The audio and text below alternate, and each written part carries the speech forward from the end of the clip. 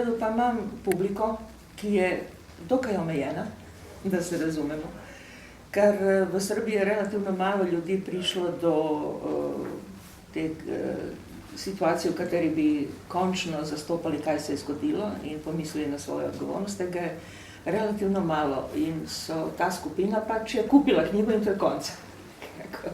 Seveda nisem mogla dobiti nobene prave srbske nagrade, kar je dober del knjige, namreč glavna junakinja, da bi preživela, ker je izgubila delo, na skrivaj upisuje v kompjuter, kar veliki nacionalni pisatelj tega ne zna, upisuje njegov novi roman. In to je izdelana parodija, izdelana pravim. Z malo ponosa, ker sem filološko obdelala in prebrala vse nemogoče in neberljive romane Dobrice Ćosića. To je parodija pravzaprav velikega nacionalnega pisatelja in to je en roman, bi rekli, v knjigi, predvsem pa gre za pravzaprav pastiš in parodijo določenega sloga.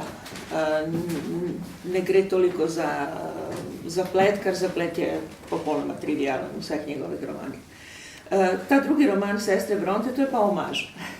Pastiš, omaž sestram, ki jih izjemno cenim, veliko več kot Jane Austen, moram priznati, predvsem zaradi tega, ker prihaja iz nižjega družbenega razreda in so imele neverjetno raznolike strasti. Med njimi je tudi Anne, najmlajša in najmanj znana, napisala tudi roman o ločitvi in o alkoholizmu moškega. Torej, to so res popolnoma drugačne teme kot gospod Darcy.